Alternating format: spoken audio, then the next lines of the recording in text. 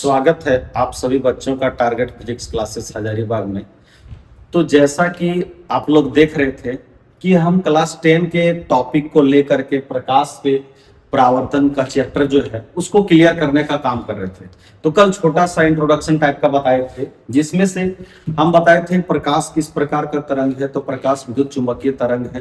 प्रकाश किस विद्युत चुंबकीय तरंग का भाग है? तो वह प्रकाश जो दृश्य तरंग का एक भाग है, विजिबल रेज का एक पार्ट है। तो चलिए इस पर बात कर चुके हैं। अब आगे हम लोग धीरे धीरे बढ़ते हैं। देखिए ये सब हम डिस्कस कर चुके थे।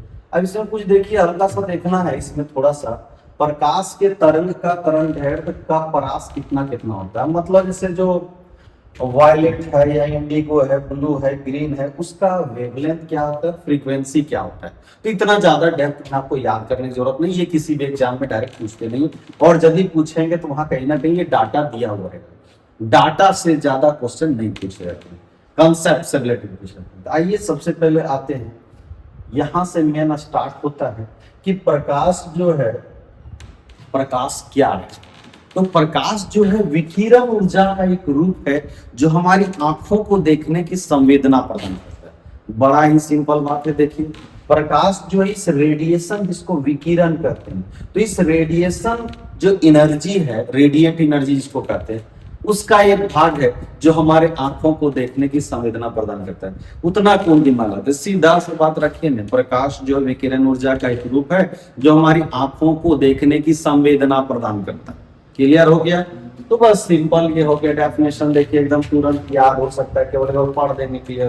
देखिए हम क्या किए हैं, ऐसे टॉपिक तो बहुत सारे नॉलेज ले लेंगे, लेकिन पता चलेगा कि उस दौरान में होता क्या है कि इतना ज्यादा पढ़ लेते हैं, इतना छोटा छोटा ज्यादा पार्ट अलग अलग कर देते हैं, जिससे क्या होता है आगे चल करके आपको नुकसान क्या होता है कि कौन सा चीज पढ़ना था और क्या छोड़ना था यही भूल जाते हैं।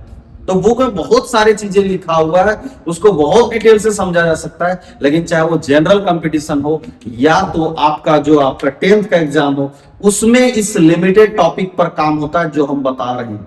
ऐसा नहीं कि सिर्फ बहुत सारा कौन सा ऊर्जा है, क्या है, नहीं है, इतना ज्यादा लंबा फेंकने की जरूरत इसमें नहीं है, बल्कि बस कौन कौन सा हमारा इंपॉर्टेंट टर्म्स है हम लोग उस पर बात करेंगे। और यदि सब टर्म को समझ जाएंगे तो कहीं ना कहीं आपको दिक्कत नहीं होगा। तो पहला क्या है, प्रकाश किस ऊर्जा का रूप है? तो प्रकाश विकिरण ऊर्जा का रूप है जो हमारी आंखों को देखने की संवेदना प्रदान करता है। देखिए यहां से रेडिएशन आता है, तो अर्थ पर हम लोग हैं, जिस पर क्या होता है, हमें एनर्जी मिलता है, और एनर्जी से हम लोग अगल बगल के चीजों के कलरफुल वर्ल्ड को देखते हैं। चलिए एकदम आगे बढ़ते जाते हैं, धीरे धीरे स्टेप बाय स्टेप आता है।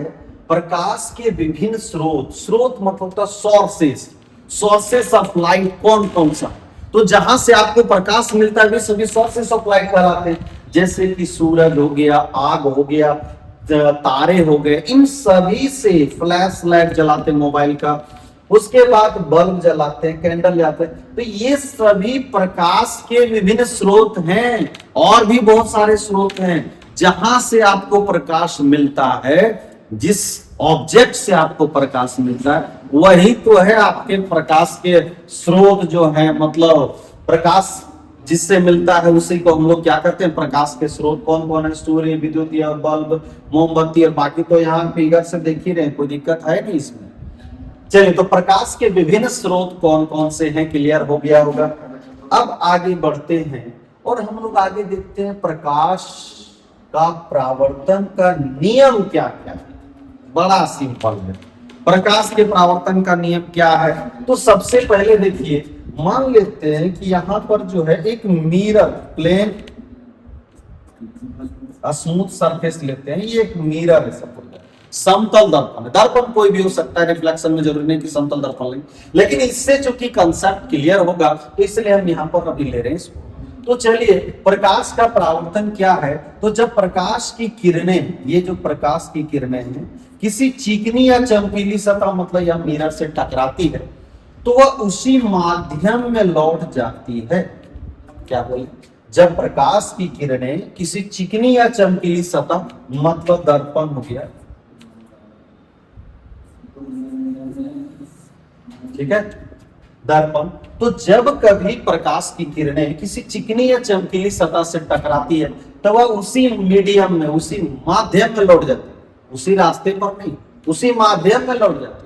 लौटने की इस प्रकाशीय घटना को हम लोग क्या कहते हैं? प्रकाश का परावर्तन कहते हैं। क्या कहते हैं इसको? हम लोग प्रकाश का परावर्तन कहते हैं। क्या लिखा है? जब प्रकाश की किरणें किसी चिकनी और चमकीली सतह से टकराती है तो वह उसी माध्यम में लौट जाती। लौटने की इस प्रकाशीय घटना को प्रकाश का परावर्तन कहते हैं।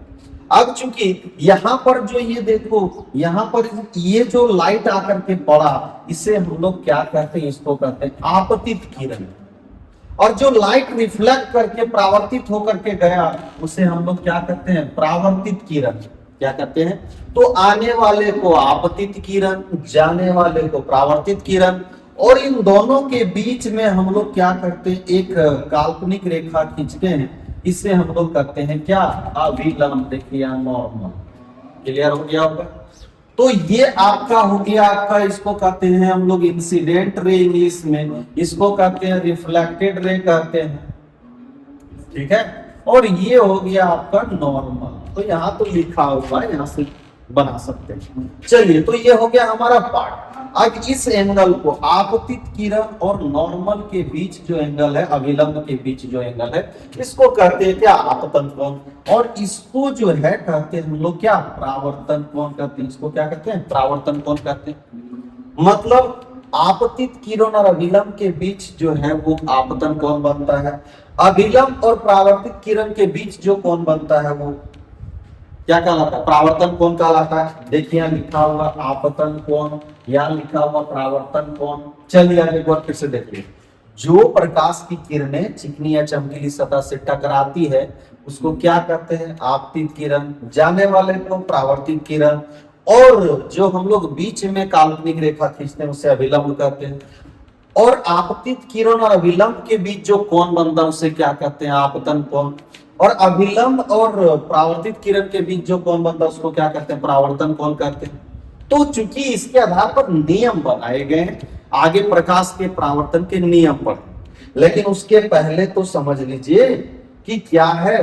तो जब प्रकाश की किरणें किसी चिकनी या चमकीली सतह से टकराती है तो वह उसी माध्यम में लौट जाती है। लौटने की इस प्रकाशीय घटना को क्या कहते हैं? प्रकाश का परावर्तन कहते हैं। डेफिनेशन याद हो गया? कैसे बोलेंगे? जब प्रकाश की किरणें किसी चिकनी या चमकीली सतह से टकराती है तो वह उसी माध्यम में लौट जाती है। लौटने की इस प्रकाशीय घटना को क्या कहते हैं? प्रकाश का परावर्तन कहते हैं। चलिए, क्लियर हो गया होगा प्रकाश के परावर्तन क्या है। अब देखिए, प्रकाश के परावर्तन के दो नियम हैं। कितने नियम है? दो नियम। कौन कौन है? देखिए, प्रकाश के परावर्तन के नियम। पहला नियम क्या कहता है? आपतित किरण, परावर्तित किरण। आपतित किरण, परावर्तित किरण और आपतन बिंदु पर डाला गया अभिलंब, तीनों एक ही तल पर होता है, एक ही प्लेन पर लाइज करता है। क्या बोले? आपतित किरण, परावर्तित किरण और आपतन बिंदु पर डाला गया अभिलंब, तीनों एक ही तल में होते हैं, तीनों एक ही प्लेन पर होता है। याद हुआ? याद भी करना जरूरी, क्योंकि ये क्वेश्चन पूछता है प्रकाश के परावर्तन के नियम को लिखें। तो पहला क्या बोले? आपतित किरण, परावर्तित किरण और आपतन बिंदु पर डाला गया अभिलंब, तीनों एक ही तल पर होता है, एक ही प्लेन पर होता है। लाइन पर नहीं, प्लेन पर, क्योंकि मिरर एक प्रकार का प्लेन। दूसरा क्या है? आपतन कोण परावर्तन कोण के बराबर होता है। यहाँ देखिए, जो एंगल आई है वो एंगल आर के बराबर होता है। क्या बताएं? आपतन कोण परावर्तन कोण के बराबर होता है, मतलब एंगल आई बराबर एंगल आर होता है। तो चलिए, दोनों नियम क्लियर हुआ। पहला नियम क्या था? आपतित किरण, दूसरा परावर्तित किरण, आपतन बिंदु पर डाला गया अभिलंब, तीनों जो है वो एक ही तल पर होता है, एक ही प्लेन पर होता है। और दूसरा नियम क्या करता है? बोलता है आपतन कोण एंगल आई जो है वो बराबर एंगल आर का होता है, मतलब आपतन कोण परावर्तन कोण के बराबर होता है। कितना सिंपल तरीके से हम लोग देखते जा रहे हैं क्या, कि प्रकाश का चैप्टर जो है वो धीरे धीरे खत्म होते जा रहा है। क्लियर हो रहा है? तो चलिए आगे देखते हैं फिर।